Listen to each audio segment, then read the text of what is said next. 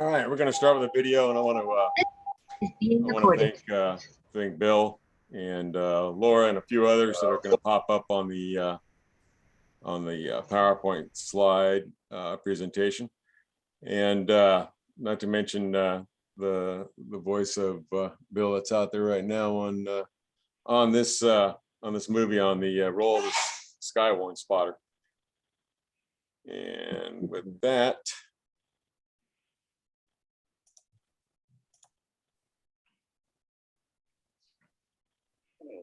and welcome to the initial presentation by the Warren County Office. Can you kick up the volume at all on your link? Yeah, it's slow again, Mike. it's up. It begins today, Sunday, 20th. I got mine maxed and I can only hear it just a little bit in the background. Homeland Security, the National Weather Service, I was going to do a Garrett Morris. Emergency Management Agency. There it's coming up. A little more. Presentations with a separate emphasis every day during this week of severe weather awareness in Tennessee. The first subject chosen by the National Weather Service is the importance of the Skywarn spotter. That may be something that you've never heard of or don't know much about. Well, we'll take care of that today. To understand the importance of the Skywarn spotter, we have to do several things. We've got to find out what is Skywarn and what is a Skywarn spotter. Then we can talk about why they are important and move on to becoming informed about how can one become a spotter and who can become a spotter. So first, let's talk a little bit about what Skywarn is. Skywarn is a nationwide network of volunteer storm spotters trained by the National Weather Service to report significant weather. Virtually anyone with an interest in weather is welcome to participate. Skywarn is a registered trademark of the National Weather Service, and it's owned and governed by the National Weather Service rules and regulations. Well, what is it that makes Skywarn important? The National Weather Service's mission is to protect lives and property, with safety being the top priority. When weather conditions are favorable for severe thunderstorms, for tornadoes, or other dangerous weather to develop, a severe thunderstorm or tornado or other appropriate watch is issued. The National Weather Service and or the local emergency management authorities may activate the Skywarn network whenever there's a threat of severe weather or when the NWS issues a severe weather watch or warning. A little bit more about the Skywarn program. The effects of severe weather are, of course, as all of us know, felt every year by many Americans. To obtain critical weather information, NOAA's National Weather Service, which is part of the U.S. Department of Commerce, established the Skywarn program a number of years ago with partner organizations. Skywarn is a volunteer program with nearly 300,000 trained severe weather spotters. Amateur radio operators and other weather observers generally operating through local Skywarn organizations are ideally equipped to contribute to the Skywarn program. However, be aware that the general public can also play an integral part of the program. These volunteers are trained by NWS personnel to recognize features associated with rapidly developing mature and dissipating conditions, which can cause hazardous weather. Skywarn spotters also provide reports of heavy snow, heavy rain, and flooding. So let's talk then about who or what is a Skywarn spotter. Skywarn volunteers are people who have an interest in weather and or are public service oriented. Our spotters are all ages, beginning probably as young as 14 and range well into retirement age. We have farmers, pilots, engineers, homemakers, lawyers, television cameramen, teachers, students, firemen, and many more other professions involved. While most Skywarn volunteers are members of the general public, there is a core group that are licensed amateur radio operators. We'll take a little bit closer look at the Skywarn spotters. During hazardous weather, such as severe thunderstorms, floods, tornadoes, snow, and ice storms, Skywarn volunteers report what is happening at their location. They're asked to report whenever certain criteria are met, such as when an inch of rain has fallen or 4 inches of snow is on the ground, a thunderstorm is producing hail, or trees have been blown down. The spotters are trained by one of the 122 local National Weather Service forecast offices on how to spot severe thunderstorms. The Weather Forecast Office, or WFO, that serves our area of Tennessee is located in Morristown, Tennessee. It's often abbreviated as MRX, the letters MRX. Anyway, the spotters are trained by one of those services to spot severe thunderstorms, tornado, hail, flooding. In some parts of the country, spotters also report snowfall and ice accumulation. Here in East Tennessee would be one of those parts of the country. So by now you got a little bit better grasp on the Skywarn and spotters, as they say on TV, but wait, there's more. Once they're trained, active Skywarn spotters are very valuable because of something that all the high-tech goodies the Weather Service has cannot provide them. That valuable item is called ground truth. And ground truth is the most valuable ingredient when warning the public about weather that threatens life or property. Ground truth is a term used in meteorology, assisting in the analysis of a range of other remote sensing techniques, radar being only one of them, in which data are gathered at a distance. Ground truth refers to information that is collected on location. In remote sensing, this is especially important in order to relate image data to real features and materials that are actually on the ground, that can be observed there on the ground. The collection of ground truth data enables collaboration and calibration of remote sensing data and aids with the interpretation and analysis of what is being sensed. That last phrase is probably the most important to the forecasters and warning officers at each National Weather Service office. They need to have that help of ground truth in the interpretation and analysis of what's being sensed. So let's take a look at an example of ground truth. Let's look at the National Weather Service radar. We've got a graphic representation of a radar with its covering protective dome here, and you'll note that there are radar waves going out at different angles. That's the way radar waves work. They go out in a straight line, and the scans from the radar are at different levels above the ground. The key is that they are above the ground. Remember also that radar images only look at rays that are sent out line of sight, in other words, straight lines. So radar signals go out in these straight lines at various angles above the surface. Due to the curvature of the Earth, the further away from the actual radar antenna it sees, the higher over the ground it sees. It can't look lower. In other words, radar beams going straight out cannot follow the curvature of the Earth. A radar may, for instance, in this cloud that we have an example of in the upper left of your picture, they may see rotation in a storm at some elevation above the surface, but they can't see what's at the surface. And touching the surface is very important. For instance, touching the surface is what makes the difference between a tornado and a funnel cloud. That's an extremely important thing for them to know. That's why ground truth, which can only come from someone directly observing it, is so vital to the forecasters and warning officers at the National Weather Service. Okay, so we've established the importance of Skywarn. We've given a real good indication as to why it is that Skywarn spotters are important. So let's think about who can become a Skywarn spotter. Anybody that has the interest in learning some basics about weather and how to report it accurately to the National Weather Service can be a Skywarn spotter. They're always going to need reports at the National Weather Service of what the ground truth is.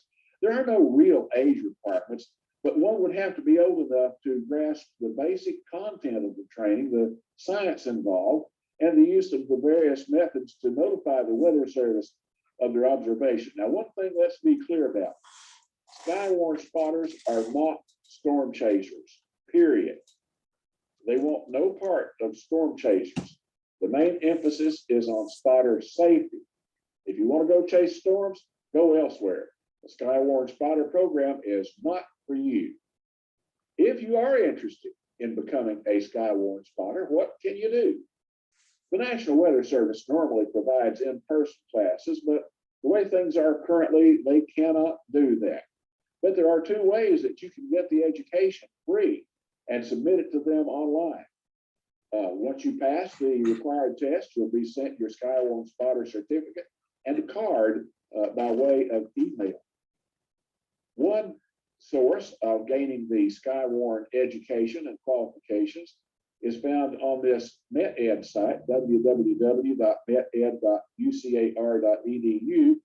If you follow the link that's here, you will be taken to a page that has the Skywarn course on it. Be aware that if you take this METED course, there are two segments to it. The first is the role of the Skywarn spotter. It has its own learning session and exam. And then the second is Skywarn spotter convective basics. That's learning weather science basics. And it has its own educational content and exam. You must take and pass both. I highly recommend that. I've taken both of these classes. They are really, really excellent. Also, just recently, the Morristown office of the National Weather Service has developed a site for virtual training on their own. It's at this website that I've noted here, www.weather.gov/MRX/Skywarn_classes. And remember, you can always pause these videos if you want to write that down or get that information more correct. Make sure you have it right. And as with the classes from METED, if you take the online class from the National Weather Service in Morristown, there is an exam that you have to pass. Once you pass it, then you will be issued your Skywarn spotter certificate and card by way of email. Well, that is the end of that. We want to thank you for your attention in viewing the video. We hope it's been helpful to you. Your Roane County Office of Emergency Services and Homeland Security has presented it to enhance public awareness, education, and safety. Remember, this is a part of Severe Weather Awareness Week in Tennessee. We'll be having a presentation for each day of the week through this coming Saturday. Each day will offer a different subject to improve public awareness and safety. We hope that you will join us. Thanks and have a great day. All right, I want to thank Bill for providing that video for us. I'm going to go ahead and reshare the screen. We're going to go through a slideshow presentation that's basically going to cover some of what Bill went through on the video, but a lot of what Skywarn is going to be inclusive of with Monroe County ARES. If I can find it. I believe we found it. All right, let's do this. All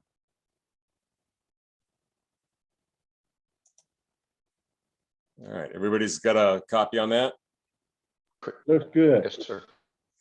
All right. I really appreciate the help from everybody getting all this together. Laura, N4CLO with Williams County ARES and M-Tiers. Bill, of course, with our ARES ASAC. And Dave and T-Lark for the Zoom room. All right, topics we're going to be talking about. We're going to be preparing for the net activation reporting, securing, and we're going to find out what M-Tiers is. Preparing for the net, we're going to listen to the local net control station, which for Monroe County is going to be on the 145 and linked .270 repeaters for this. For the net status. That net status is going to actually come from AM tiers when they activate, or it could possibly come from one of the spotters. If they see something that the net control station doesn't, they report it to the net control liaison, and we'll get the word out. So we're going to be asking for specific information usually, and we get that information also from AM tiers, like the video stated. It might be accumulation of snow over 3/4 of an inch, reportable hail. And when we'll get into the little bit of the discussion on spotting a little bit later, but you want to be able to relate it to something that we have a good measurement on. Like if it's a 1/2 inch size of hail, we don't need that. It's a marble size. How many marbles are there out there? You know, it's the size of a penny. It's the size of a quarter. That gives us a little more accuracy. All that for the local net will be relayed, and the local net control is the liaison for MTIRS in the Middle Tennessee Emergency Amateur Repeater System. I think they've got currently 32 repeaters in the system. We'll give out updates as they come in also from MTIRS on the net. To the right of the screen, you'll see the statement that your state emergency management agency provides the information and preparedness plans and actions. You can get to those links by following the weather link that I have up there, weather.gov/briefing. It'll take you from the federal website to the websites of the EMA. It's on the left column of that website, about in the middle. Skywarn training is basically the basics of thunderstorm development, fundamentals of storm structure, identifying potential severe weather, information to report, how to report the information, and basic severe weather safety. So you'd understand the thunderstorm risk and the construction of a storm, pretty much. Like the slide below, the wall cloud. They'll go into detail in the spotting classes on what exactly it means, how to identify it, where to look. That's going to be possibly, and I say possibly, the beginning of a funnel cloud or tornado usually forms to the left. You usually see a shower cloud on the right. And that'll all be explained. If you go to the left side of the photo, you'll see the shortcuts to the online spotter program at Skywarn at weather.gov. The MedEd version that Bill was talking about in the video, that link there, and then also Nashville's Weather 101 site. And those are all free classes. A lot of them are online. I took the online classes myself. I also took the advanced online class. Very informative, and really, they make it really easy to follow. All right, so the day of the event, we're going to announce the severe weather watch, and that means that the McARES net is going to be in standby mode. At the end of the slideshow, you'll see the preamble and the differences in what the modes are. The Skywarn net controller or designee will log into NWS chat, that's National Weather Service chat, if applicable, to begin monitoring the MCARES and begin monitoring the MCARES repeater on the 145, 250 and 145, 270, and MCARES on the number 47 or the 442.500 repeaters. And that's available by the closest one near you that you can hear and or send off to. And if you go to mtiers.net, I believe it is, or mtiers.org, I got it in here somewhere. You'll be able to, thank you. You'll be able to see a map. During the watch, or a status of a watch, it's okay to use local repeater system. You just allow a little bit of time in between your transmissions in case the Skywarn net control system needs to make an announcement or change the status of the net. Watch or warning, what's the difference? This is all taught in the spotter class too. The watch, basically, let's say we're gonna make tacos. We have all the ingredients for a taco. We've got the lettuce, the meat, tomatoes, we got the shell, and all of this is present and accounted for and ready to throw together. That's a watch. Everything's there for it. It just hasn't been made a taco yet. In a warning, the taco is assembled and ready to eat. it may or may not have been started to eat, but that could be the form of a funnel cloud, that could be form of a tornado is when that funnel cloud touches down. So the difference between the two is pretty much night and day. One's get ready, one is look out.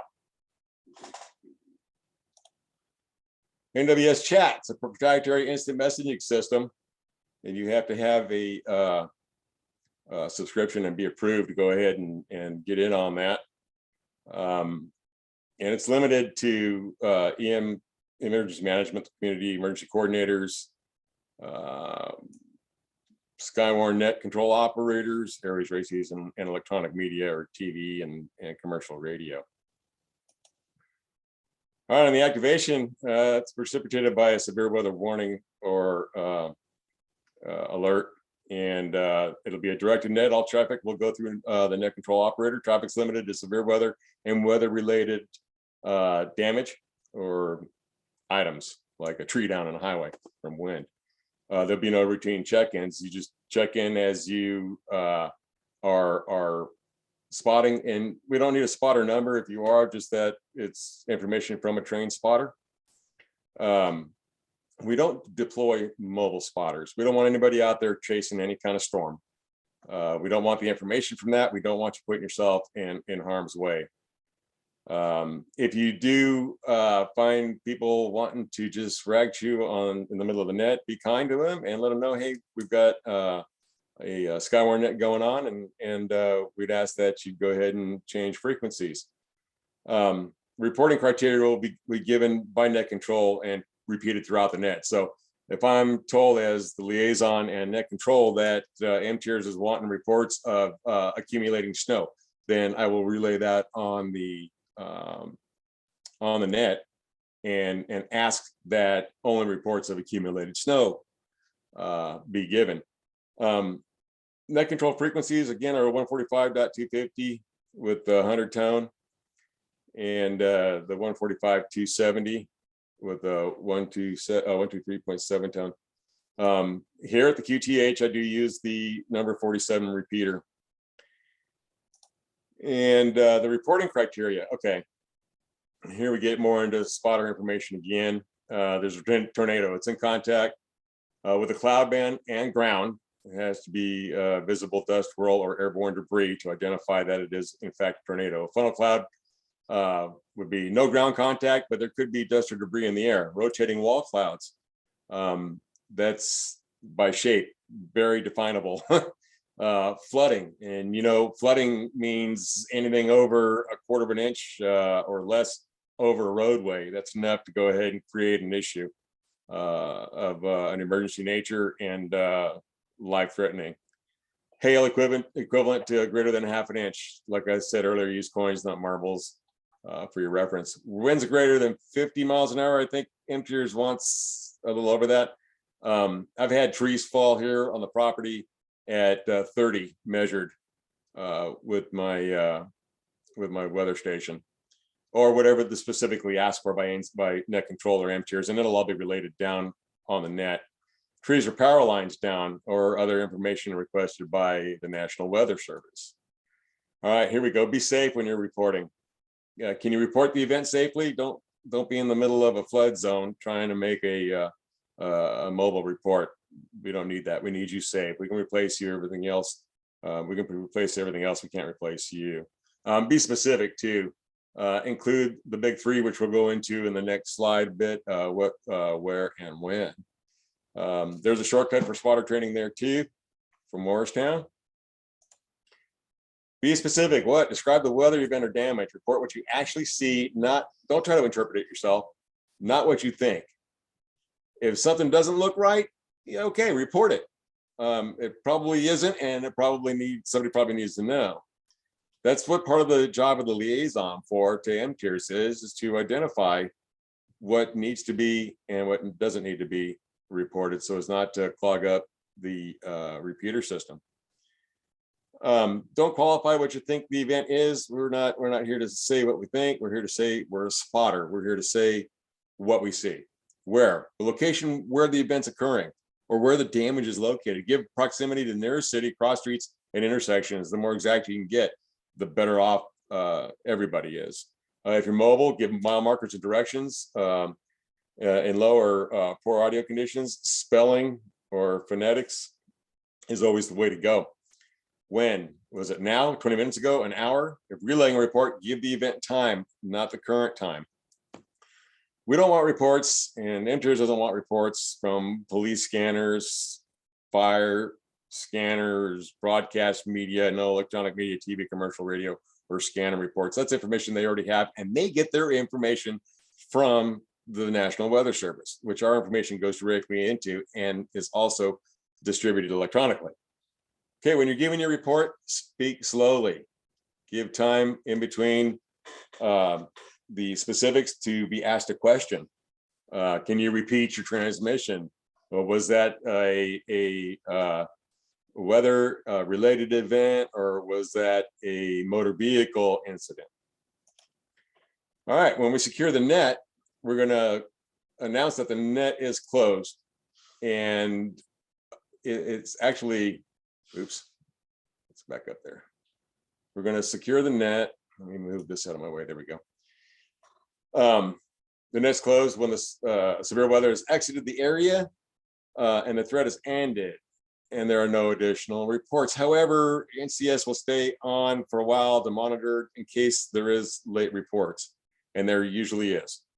The 309, which is the ICS form, net control will be updating and filling out, which we'll see at the end of the slideshow too.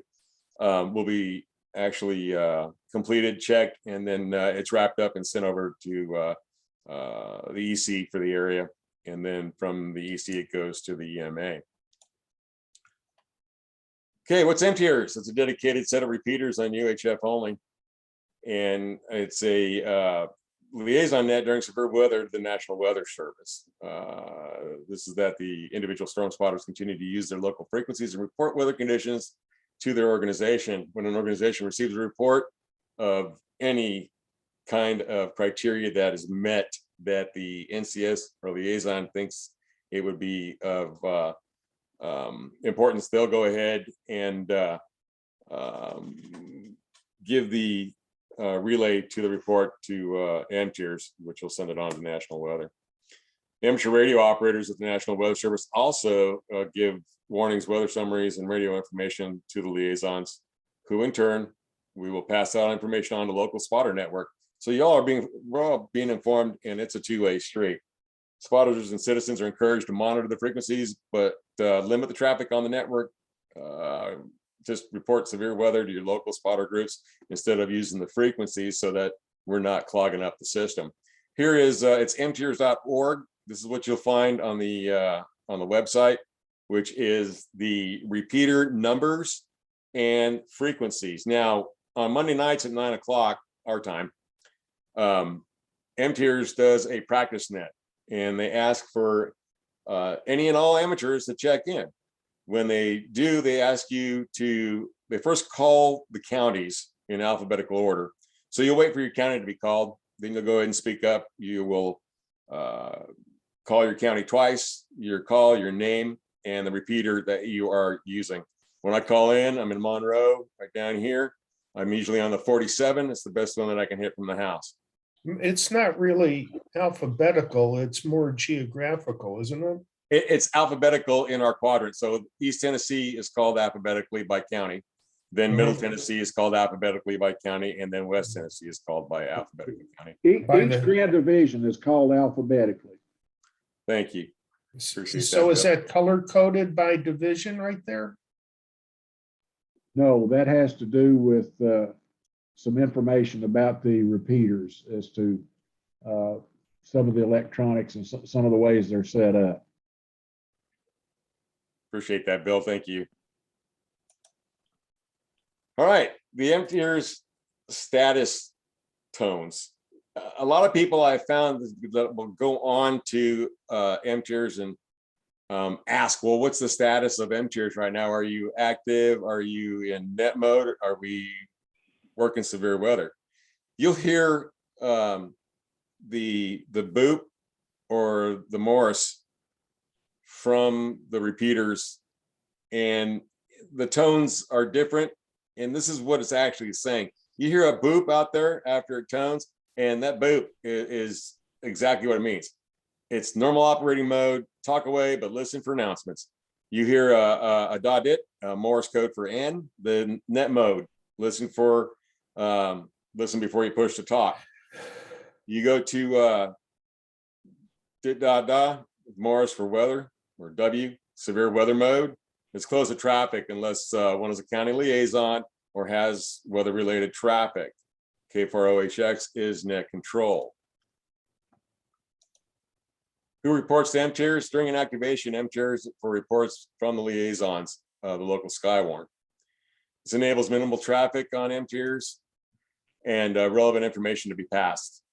Reporting to a local county net allows the NCS to verify facts of the report and also allows the county residents who may be monitoring on the local frequency to know what's going on. If mobile in another county and you've unsuccessfully tried to find a local net to make a report, then do report the event or damage to MTIRs or the closest, if you're not in contact with a repeater for them. The next thing to do is to try to scan and find a Skywarn net that's active and report to them. Now, this is the preamble for Monroe County, and as I was telling you before about the statuses, the standby status, severe weather is possible in the area. Active status is it's present or imminent, and all the NCSs for Monroe County will have this. This is not the final, actually, this was done prior to updates, but it's basically here for the status statement. And that's next is the emergency status, which means the state of emergency exists in the area due to the nature of the actual emergency. It could be a tornado touchdown, flooding has occurred, and I can't reiterate, and I know electronic media reiterates that also, but turn around, don't drown. It doesn't take but less than a quarter of an inch of water to let a vehicle hydroplane and make you fall off a roadway, bridge, embankment, etc. And all this information too is good for family, friends, anybody you can think of that travels, that has trees close to their dwelling. It can affect everybody at one time or another. The continuity of announcement, we'll read and let everybody know an update about every 10 minutes. And pretty much that's it for the preamble and the statuses. This is an ICS form 309. It's prepared by NCS. Basically the stations, what the conversations are, what it pertain to and related to. And then like I said, it's checked, double checked, spell checked, and then sent to an EC, which for Monroe is me. And then from me, it will go to my EMA director. And in conclusion, I want to thank you for monitoring the repeater system and for your reports and for being patient with the net control operators. If you're Monroe County ARES, and I sent out an email, hopefully everybody got it. Bill, I had a problem with yours. So you didn't get the updated PowerPoint that I just showed. And I kind of redug up your address, so I'm going to get that to you. And basically, folks, this concludes the training and information on the Monroe County ARES. I appreciate your attention. Got a question, Dave. Yeah. Dave. When MTIRS is not in a alert situation, is it still hooked up wide area? Yes. It's Yeah. always it's always wide area. You always, and that's a good point. And when you're talking and or making a report, there's 32 repeaters linked up. You got to wait for a second before you start transmitting for all of them to link, or part of your QSO will be cut off. I've had it happen to me. It happens to the best of us. Yeah, and the first syllable. Yeah, well, if not a couple, depends on Yeah. how fast you key up and how fast you speak. But that's part of what the practice net's for. So you kind of get a feel for it. Any other questions? How do they run their practice net? It's Monday nights at 9. No, not when, but how? By their NCS will call the state by quadrant, by East Tennessee, say they will run counties and ask you for 4 or 5 different counties to check in for practice. You'll give your county name twice, you'll give your call sign once, you'll give your name once, and then you'll give them the number of the repeater that you're on. If you do not know the number of the repeater, you can give them the frequency of the repeater that you're hitting, and they will know it by that. And anyone can check into that, or is it only They the encourage- net control people? No, they encourage everybody to check into the practice net. Absolutely. Yeah, they'd appreciate you checking in if they haven't heard from you, and it's pretty good practice.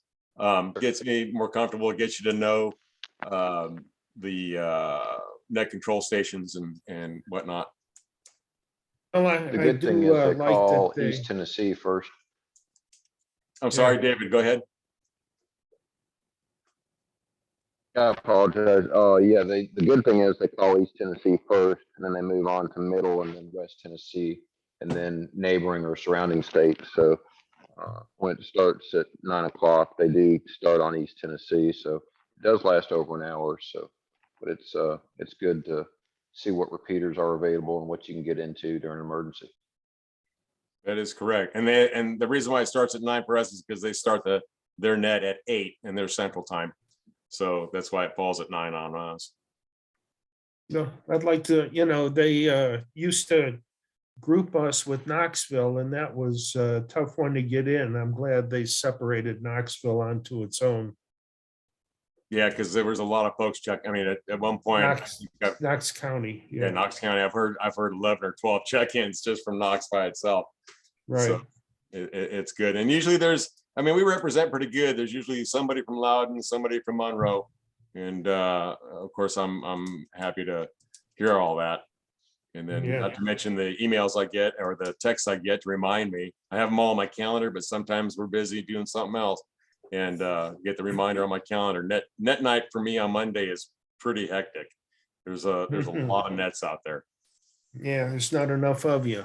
I'm telling you, Yeah, I would say the only thing that MTIER's website, there's no way, it doesn't give any information on how to contact anyone. Either phone, email, if you had a problem with a repeater, if you had a question about the organization. It's very hard to find a way to, it's impossible to find a way to contact anybody. You know what? As it turns out, we got the Skywarn coordinator up here on Zoom. Hi, Steve. Right. You can unmute, Steve. Hello, brother. You're doing a great job there. Just listening. And he mentions a great point about contacting someone with MTIERs. Keep in mind, the MTIERs network was created out of Middle Tennessee. It started out as a system for Middle Tennessee. That's why it's called Middle Tennessee. It starts with an M, so to speak. But it's grown into a statewide system for us that does not have internet connected to it. It's all RF. These repeater sites have a remote base or mobile that's transmitting back to another repeater. That's why Mike was talking about when you queue up waiting. And I know I heard someone talk about, you got to wait, a couple of seconds or whatever. Well, you got to wait multiple because I know here in Bradley County, where I'm located at, I use what they refer to as the 06 repeater. With the 06 repeater, keys up, takes, we'll say a second, and it goes and keys up the 18 repeater, which is up at Hinch Mountain or the Crossville area. So that one's keyed up now, and now it keys up and it goes to Short Mountain, which, by the way, Mike, that's what was going on this past Monday night. Short Mountain had an issue. It was passing information from the west, but not back to the west. Gotcha. And then Short Mountain keys up and goes over into Middle Tennessee to what we call the hub. So there's a lot. It's not a repeater; it's multiple repeaters, and one's key and the other, et cetera, et cetera. So sometimes you got to wait, and it's easy to miss not only a syllable, but it's easy to miss words if you don't give it time for all those to key up. Now then, I said all that to say this: as that system was built out, it was built out by different repeater owners. I'm in the process of putting up another M-Tiers repeater for Bradley County. They'll be up actually in Polk County, Tennessee, but so should give a lot of coverage in the different surrounding counties, Monroe County being one of them. But all those are different repeater owners.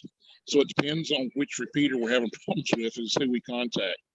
I can tell you if you can contact Mike, you can get a hold of me, or if you've got my direct information, you feel free to contact me. Kevin DePlancy up in Knoxville is very instrumental for our M-Tier system in East Tennessee. Kevin's spent a lot of his time and energy and finances as well to put up a lot of the M-Tier repeaters that you see in the Knoxville area and on north of there. And we're slowly but surely starting to put some up, or more up, I should say, down here in the southeast part of Tennessee. And so it's growing in Tennessee. If the condition came to where we needed to have just an East Tennessee system, we are able to unlink the system there at Crossville at Hinch Mountain and keep everything in the east. If you're looking at that map sometime, you can see how that works. But we've just, from the discussion and stuff, it looks like all that's, we're probably going to keep it linked. It does stay linked 24/7 now. It's kind of nice. I know I used to travel quite a bit and go to training sessions in Nashville or over to Memphis a lot of times from here, and it was kind of neat to be able to drive across and just use my UHF radio to talk back to a friend of mine or check in with them periodically over here in East Tennessee. But we do discourage a lot of chit chat, but just so that if there is an emergency, it's there. But we do use this system for other things other than Skywarn. During the bombing at the AT&T office, when we had a lot of cell phone outages and stuff, we utilized this system to pass traffic back and forth and to keep TEMA, Tennessee Emergency Management Agencies, informed with what was going on as far as what was working, what was not working in our designated counties. So it's a nice system. It works well. And if there's anything I can ever do to help you, Mike, or anybody else on the program tonight, feel free to give me a call. And I'll turn that back over to you, Mike. Oh, I appreciate that, Steve. And I have. I kept you quite busy while I was going through all this, and I appreciate your time. You too, Bill. I thank you both very much. You've been a lot of help to me, and really do appreciate the support. Just go ahead there, Bill. You're muted, Bill. Unmute yourself.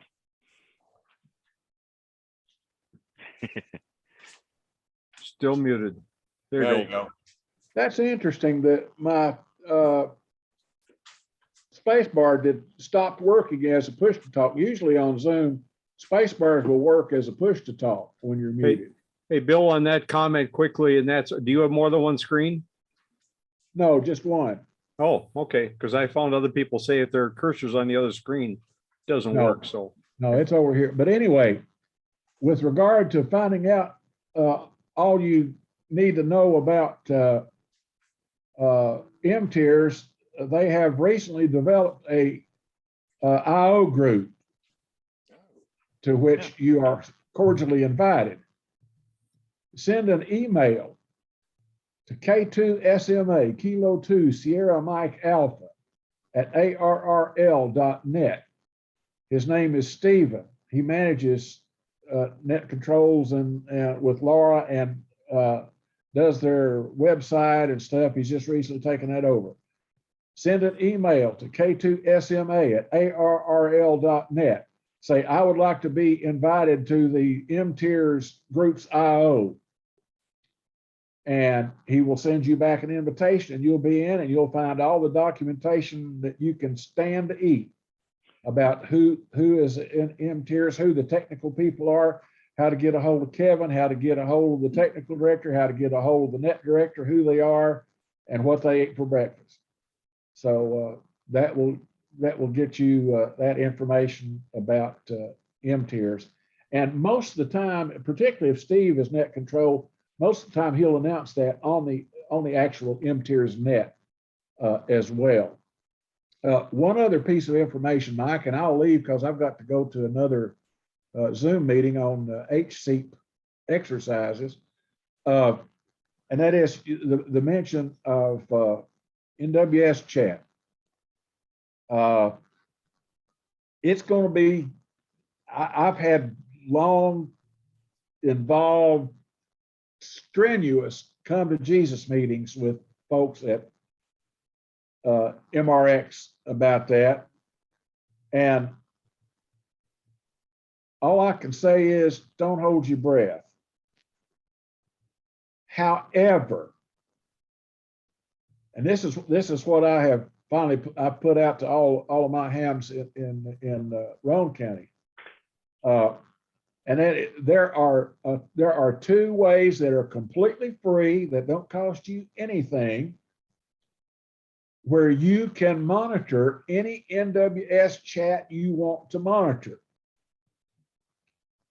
The site is an IEM. It's something in Iowa, and they have an app for it that you can work on your iOS phone if you're God help us all, or on your Android smart device, or on your desktop or laptop for that matter. There's a website, and you just tell it what rooms you want to monitor. If you're monitoring for purposes of MTIERS, if you should happen to be participating in MTIERS and draw that duty, there are four National Weather Service offices that are responsible for Tennessee. MRX in Morristown, OHX in Nashville, MEG in Memphis, and what else? HUN in Huntsville, Alabama, because they're in charge of 4 southern Tennessee counties down there, just the way that Morristown takes care of places like Wise County, Wise County, Virginia, and some stuff like that. So you want to probably monitor those 4. But I better shut up now. Appreciate it. I have one Appreciate other. it, Bill, thank you. Mike, I have another quick question too, and that's a year first of all, I've only been in the area for about 8 years now. And I did, when I was first learning about what was here, I looked at the MTIERS, loaded it in all my radios, so I have it. I listened to a couple of nets of storms coming across Tennessee, and I found it to be very, very active on the west and central. But when it got to the east, it like stopped. It just like fell apart. Is that, and I didn't listen. I don't think I monitored one last year. Is that changing, or is that still the case? I mean, and I say it historically because I don't think I followed a storm on MTIERS last year. Actually, Steve, can you unmute and answer that? Depends on East Tennessee participation, really. They don't shut them off. It's just Go ahead, Bill. They go down. when East Tennessee doesn't participate, there's nothing to hear about East Tennessee on MTIERS. Yeah, and you assume correctly. I think that's definitely improving, and I think it's improving because of some things that Kevin's done as far as getting more repeaters up in the east. Yep. And it goes back to what Mike's doing tonight, educating some of our operators here in the east and getting more of us involved. A lot of that was due to the fact that we weren't involved, and there again, Middle Tennessee said, "Hey, we've been up and taking care of this for West Tennessee, waiting for it to hit us. We've made it through our worst part. We're in the clear now. East, what are y'all going to do?" Okay, yeah, and the reason I bring it up, coming out of Wisconsin, we had our office was out of Minneapolis. I lived in Western Wisconsin, and the office out of Green Bay, which picked up a storm once it got past a certain point, didn't have the same interest in amateur operators. So even though the network was in place, the ability was in place, it sort of fell apart, and they just couldn't get over that hump. So I just didn't know what the situation here is, and very involved at that time, but just so Thank We- you. we- Not we also jump through added, you. there are DMR talk groups for all three of the weather forecast offices in Tennessee.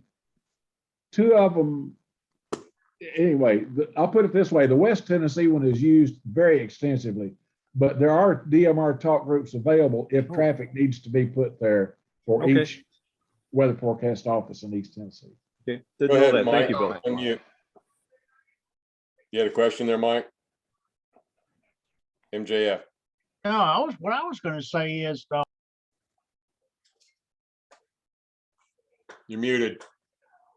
yeah, I'm gonna edit trap better. There you go. Anyway, yeah, well, I was just gonna say in reaction to what Dave had to say, I listened to the M tiers when they talking about the storm, especially the heavy storms.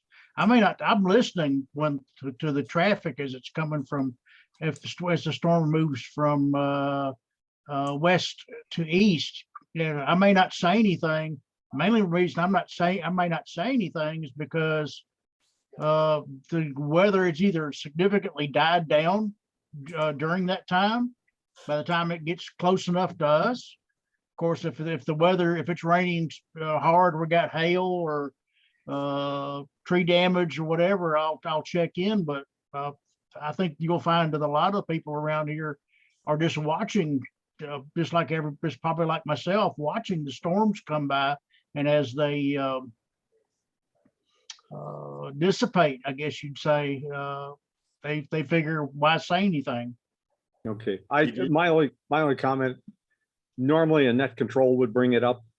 And I didn't know if there were like pre-assigned operators that did that just to bring it up and say, hey, there is no net, or there is, or, then it was just silence. It just stopped.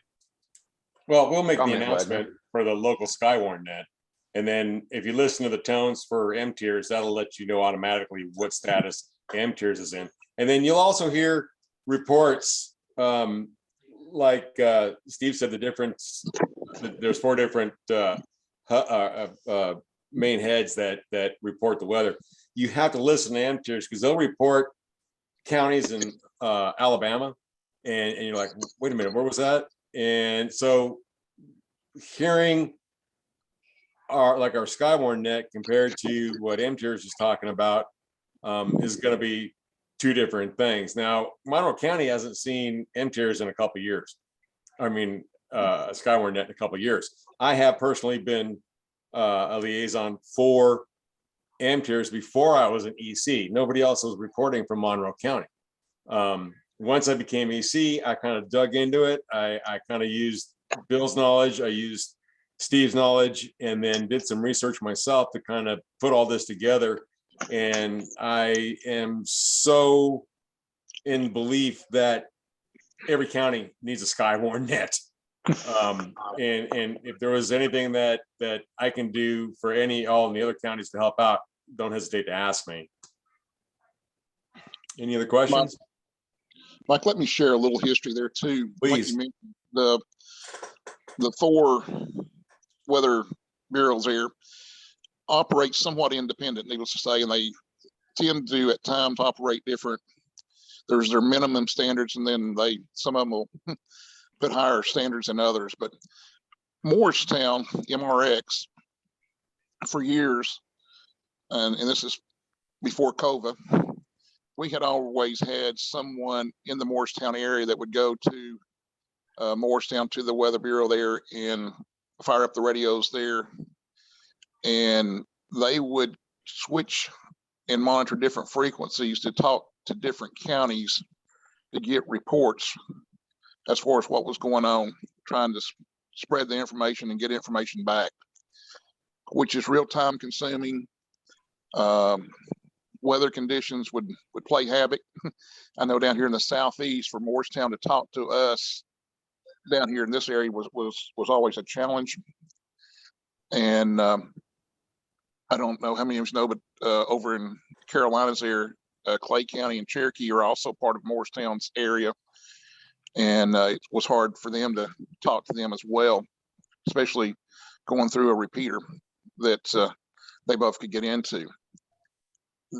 There is an MOU that's being put in place, hopefully, that would allow the guys in Morristown to start utilizing M tiers, and that the Weather Bureau up there would be in agreement with as well. And we're hoping that's where we're headed and what's going to take place. And that way, whoever is up there in that area would listen to a repeater in their area that's linked to multiple repeaters, and it would simplify things for them to get information out to us and us to get information back to them, if that helps any. So that's kind of where we're headed. That's why we keep talking about M tiers and trying to, I guess, somewhat build it up right now, is to stir the interest up and to show that we think that's going to be the better solution for us to pass the weather information here in East Tennessee. Maybe that helped there, Mike. Appreciate that.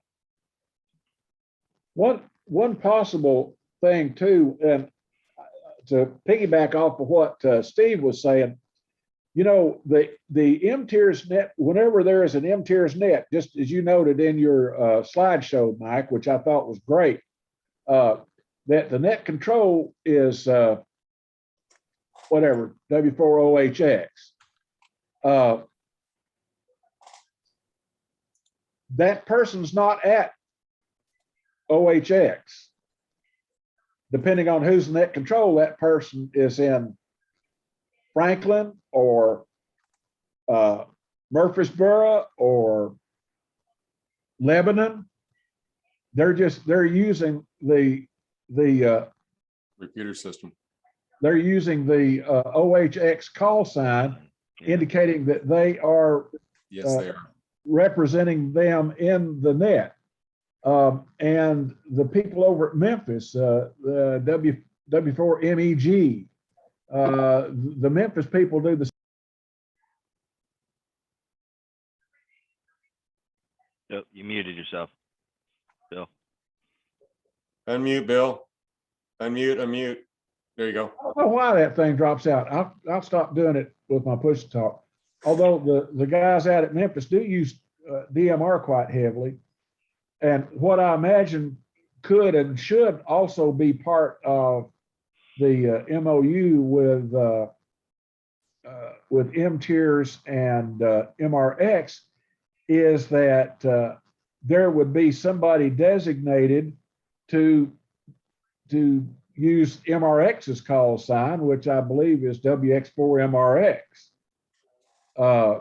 Yeah. In the net, and I'm gonna tell you a secret.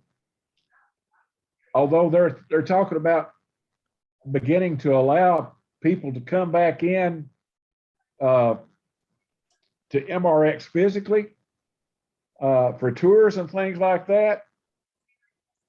All this great remodeling that's been done at MRX, one of the side effects of that remodeling, because in some aspects it suffered from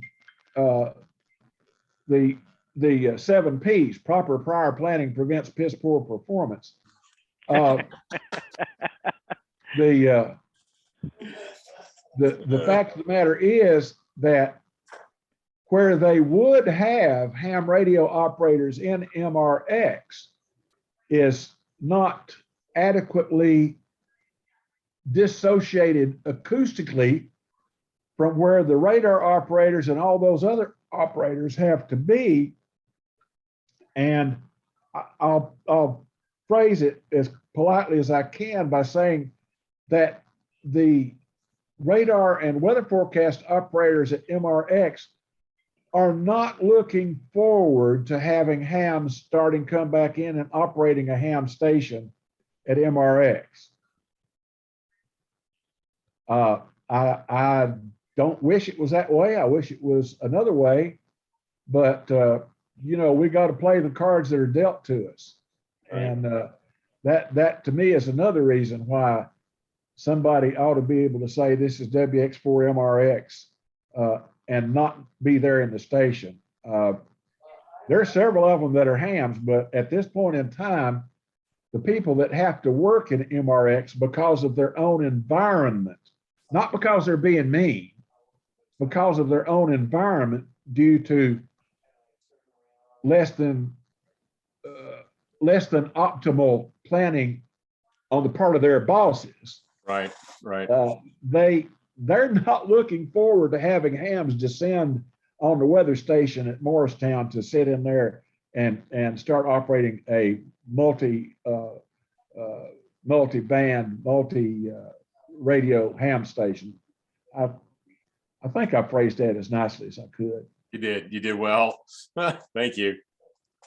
So they didn't isolate them, the radio That's, operation. that's correct. They did not. They did not provide any acoustic isolation. And I don't blame, it's those radar people. I mean, it's their job to do their job, and they don't need to be distracted by snap, crackle, pop and radio calls and stuff like that. So I don't blame them for not wanting to be distracted. It's the people who failed the 7 Ps in planning that remodeling. Right. And of course, since it's just a recent new remodeling, guess what? It ain't going to It ain't change. gonna happen. anytime- Yeah. It ain't going to change anytime soon. Yeah, that's a shame too. And even if everybody was wearing headsets, they would still have to hear the operators themselves. Yeah, precisely. Yeah. Exactly. Which they is- would. Yeah, can get distracting. I mean, obviously, anybody who's done a field day, that's one of the reasons why we do field day and simulated emergency tests and stuff like that. So That's right. I did have a question. I was involved in Skywarn and ARES years ago back in Florida where I grew up. And one of the things that I had set up in the county that I lived in, which was Osceola County, this was the early days of APRS, but I had 9 weather stations set up, one at the EOC and one at each fire station in the county, and a park. There was one of the parks we had one set up that the county had done. I don't know how is the integration with APRS here in East Tennessee, and I don't see a lot of weather stations on there. So curious as to if that was ever embraced in the area, or if that's gone by the wayside, or if it's something that just nobody ever wanted to take up. McMinn County does a pretty good job with that. Because I would definitely like to get something going. It's on a pretty local basis, but as far as the weather folks, even when they had hams in their station, and when you called WX4 MRX and somebody answered, it was a ham actually at the weather forecast office. There were not that many APRS things around, and it looks like that may be replaced a lot by other stations that are being hooked onto the internet to where they can look at different linked weather station networks by internet and see what they're showing. Well, it was something I had to kind of come up with the design and all that, and we're talking almost 20 years ago that I did that, but I thought it was a great thing. We had automated weather stations at every fire station in the EOC, and we, when one of the hurricanes or tropical storms that came by, we could actually see how it was affecting the county in particular areas, and emergency management, as well as the National Weather Service was taking that, because of course we had the National Hurricane Center that was all looking at all of our data too. So, but we could I've looked, it can be, you can gain a lot of information depending upon the concentration of local weather stations. Like I've got a local automated weather station at my house that's connected both on its own proprietary network. It's a proprietary network, but it's publicly available to look at, but also on connected dually to Weather Underground. And anybody can look at Weather Underground stations to see what they're getting, or anybody can look at the Tempest weather stations to see it's got maps of thousands and thousands of individual weather stations where they're you know, some are at EOC, some are at fire hall, some are in the middle of a farm field, some are out beside your neighbor's house, you know. Let me just reiterate real quick. When NWS calls for reports, have you ever tried to guesstimate wind speed? Oh, dear God, guarantee please don't ever. Oh, my Lord. 95 to 99% of the time, you're going to be incorrect and off by a lot. I mean, Yeah. I do it just for practice to see what I do. And then I go to my weather station and see what the actual speed is. And I'm usually off by, at least half of what I thought it was going to be, high or low. And I will say that has improved in the ham community in the last several years. But I can remember the time, and I would, particularly if I was in the car, I just wanted to beat my head against the windshield. But I'd be, you know, somebody would be making weather reports on the 146.94 because everybody from here to East Jesus, Arkansas and back could hear the 146.94. I swear I've heard people, hams, that love weather spotting, I guess. I don't know, bless their hearts, as we say in the South. But I swear I've heard hams get on there. They'd be in their car and they'd say, hey, I'm at the corner down here in South Knoxville. I'm at the corner of Walk and Don't Walk. And we're getting rain at about 1.5 to 2 inches an hour. What? yeah, And of course, the people at the weather station are just going, thank you, dear God, but is there some way I can turn that off? You know? Oh, Yeah. my Lord. You know, the weather stations have gotten so inexpensive and they've gotten so good at what they do.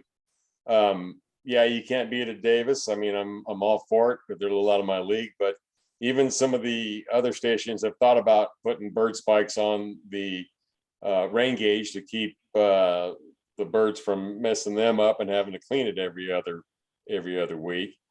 And just to have the information available, it helps, especially as a Skywarn NCS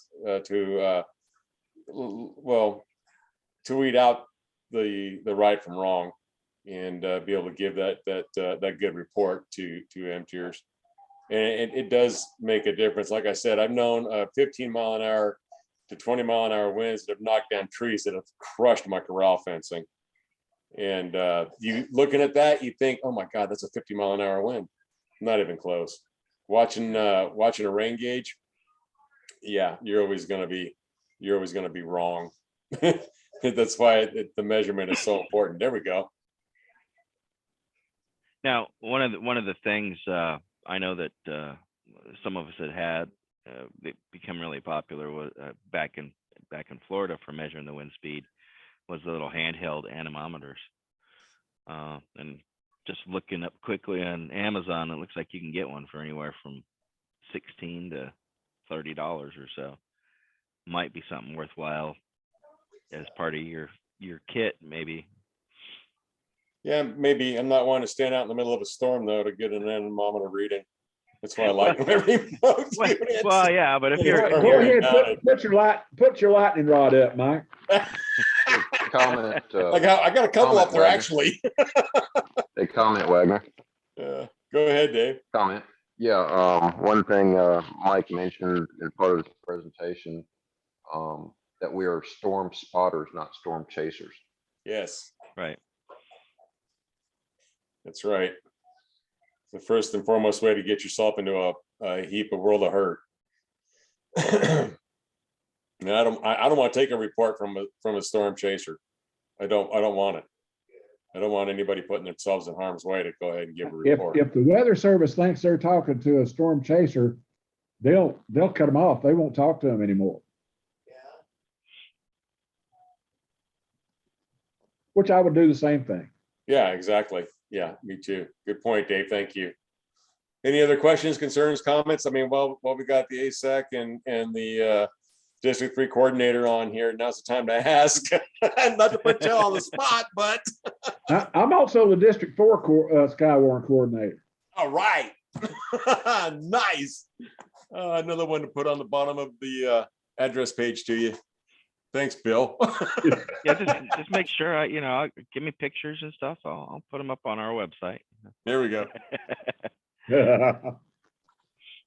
All righty. Well, I appreciate everybody's participation and support and help with getting Monroe County up and operational. The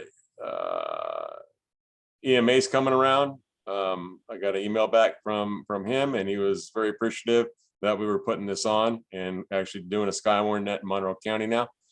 And it can't be done without y'all. And I just want to say thank you very much. Well, you're doing a great job.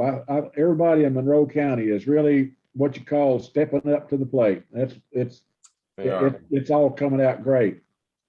Well, it's with the help of y'all too that it makes it it energizes me to keep it going and do more, and the support and help that everybody is shown. Monroe Amateur Radio Club, I mean, that goes without saying. Those folks have been above and beyond with allowing me to step in and do presentations of the meetings, and have been very inviting, and also foremost honest with history and everything else, so that I can navigate and not step on any toes, which makes the job a lot easier for me. This Mike, this Zoom is indicative, I think, of something that is growing within our area, which is only going to be to our benefit, either as ARES or as Skywarn people. And that is the fact that right here on this Zoom, this is not a Monroe County Zoom, although y'all organized it. That's right. I'm looking at different faces on here. God help me, I'm seeing Mike's face, but which one? Mikey Bob. But either one of us, pick us. but I'm seeing Mikey Bob, and Mikey Bob is a Loudoun Countyan. I'm seeing Dave, who is a Blount Countyan. I'm seeing David Weichert, who is a Loudoun Countyan. I'm seeing Steve, who is a Bradley County Citizen of the World. I'm seeing some dummy up in the corner that's from Roane County. And, when there is strength in what we're doing, because we're so mixed up, because what the force multiplier in interoperability is relationships. That's right. That's exactly what's happening here. Yep.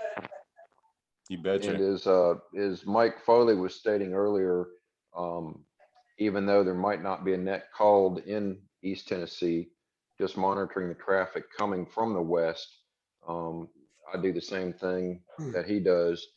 Also, Bill Farnham, he'll start an ARES net in, a weather net for Skywarn in Roane County on the 147015. And he'll also pass that information along to Morgan County. So I'm monitoring the traffic coming down from Cumberland County as it's hitting Roane County before it gets into Loudoun County, because I'm right on the edge of Loudoun County and Roane County. So I'll pass my information along to the local repeaters here. And that doesn't go just for watches or warnings. If I see lightning coming in, I'll notify the local hams to start getting their equipment unplugged as well. So it's a group effort. It is. And I've actually got 4 VFOs that are operational at the same time in my QTH. So if I'm operating Skywarn, MTIRS is tuned up, TLARC is tuned up, or ARES for Loudoun County, sometimes Roane. And absorbing all that just makes it all better for everybody and gets the word out. And I guarantee you will one day save a life. And if that's all we do, then it's all worth it. So with that, I'm going to go ahead and say thank you again to everybody. And any last comments or questions? Hey, Mike, Sharon wants to say something, but she can't unmute. Can you unmute her? Dave, can you unmute him, please?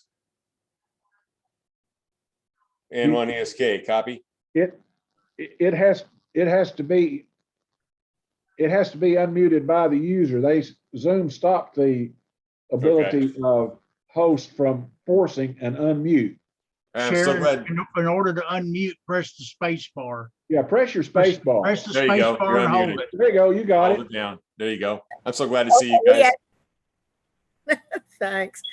We actually tried both ways and it wasn't working until somebody sent us that unmute thing. So whoever, thank you very much.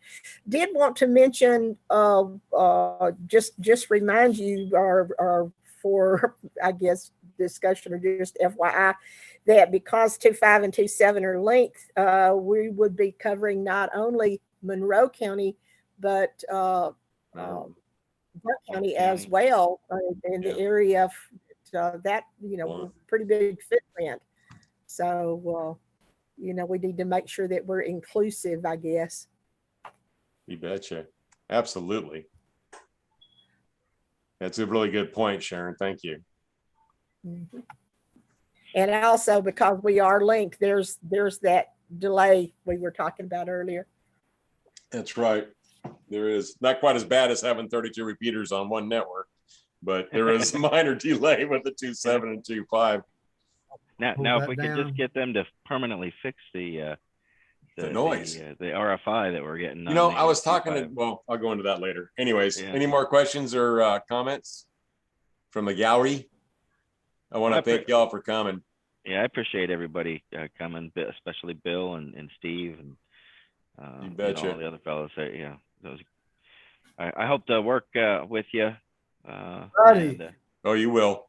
Yeah, any information that you think that I should be putting up on our website, by all means, let Mike know, let myself know. Obviously should go through him first. That website's beginning to look good too. It is. He's doing a good job.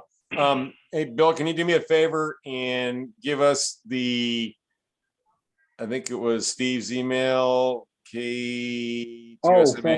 M-Tiers, yes. Yeah. Kilo 2 Sierra Mike Alpha at ARRL.net. His name is Steve Anders, Anders, and he is the one that is kind of like the control guy for their group IO thing. And just tell him your full name, your call sign, and that you'd like an invite to the M-Tiers group IO. And usually within 24 hours, he'll turn around and send you an invite. And the query that was made earlier, it really kind of woke me up about that, because just this week, I won't say which day because I've slept a couple of times, but sometime since Sunday, the actual document has been put out. That it's 2 documents. One of them is a document that's got the updated graphic of the M-Tiers repeaters, their frequencies and their numbers, like repeater 0, 1, 0, etc. And then there's also a sheet that has the organizational chart of M-Tiers. It's got the technical side chart on one side, and it's got the net control type management chart on the other side. Tells who all the people are, their call signs, their contact information, and it has the technical people, like the people that operate most of the repeaters. Like it's got Kevin's information, because we know that East Tennessee is dependent on Kevin's repeaters to be able to actually get into M-Tiers. And so it's got those folks named. That's good. That's a big improvement. That was needed. Thank you. They recognize that, and when they made Steve in charge of that. So first thing he did was start the groups IO thing, and now he's got access to the website and doing the groups IO, and he put out those 2 documents. So you'll find all that stuff once you get your groups IO invitation and you're in there and you can look at the things. You'll be able to find all that stuff. Yeah, I already sent him an email. We'll see what happens.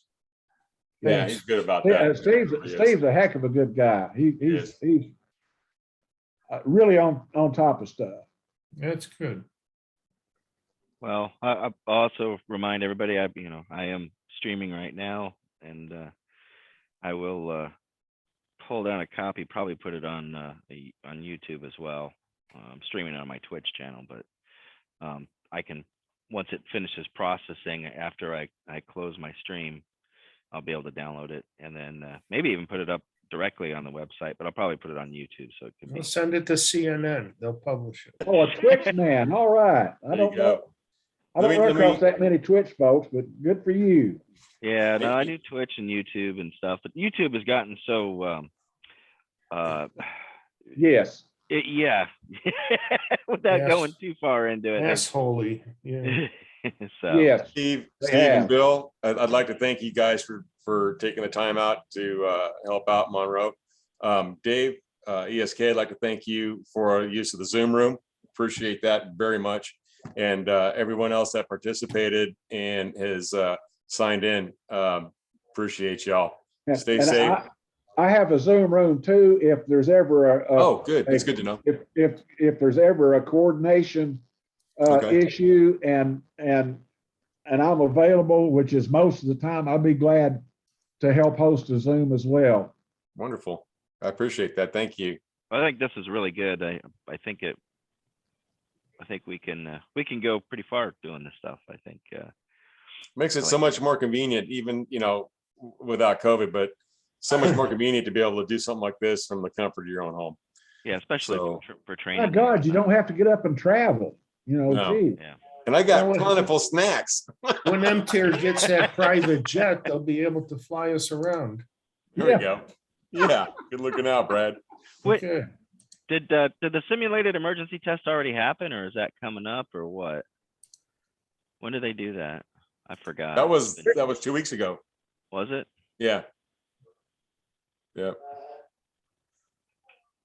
All right, folks, I'm gonna get on out. 7-3s, everybody.